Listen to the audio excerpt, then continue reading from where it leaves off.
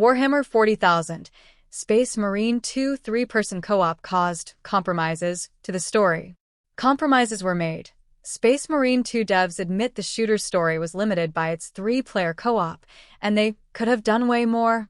Saber's creative director Oliver Hollis-Leick spoke about the narrative difficulties imposed upon the writing team because of the need for these three men to remain together no matter what. Space Marine 2 has courted tons of praise for how it successfully returned to a simpler Xbox 360 formula. Give players a kick-ass chainsword in a game with an awesome campaign, co-op functionality, and straightforward PvE modes.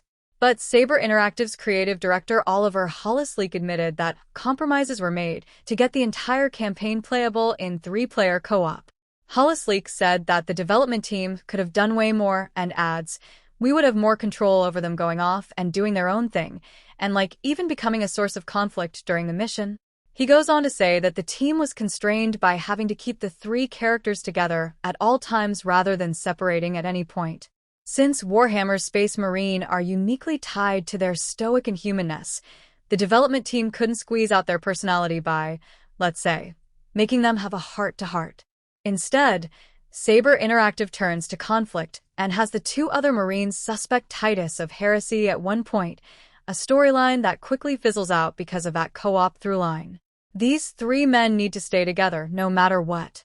One of the levels where we tried to do that is where Chiron goes rogue on his own and gets separated from the rest of the squad, and that was us really trying to stretch that. So it felt like they were divided for a time, but yet the closest we could get is for Gadriel and Titus to almost kill each other in a cinematic, and then we've got to go back into battle again as a three-man team. So yeah, the co-op thing makes that tough.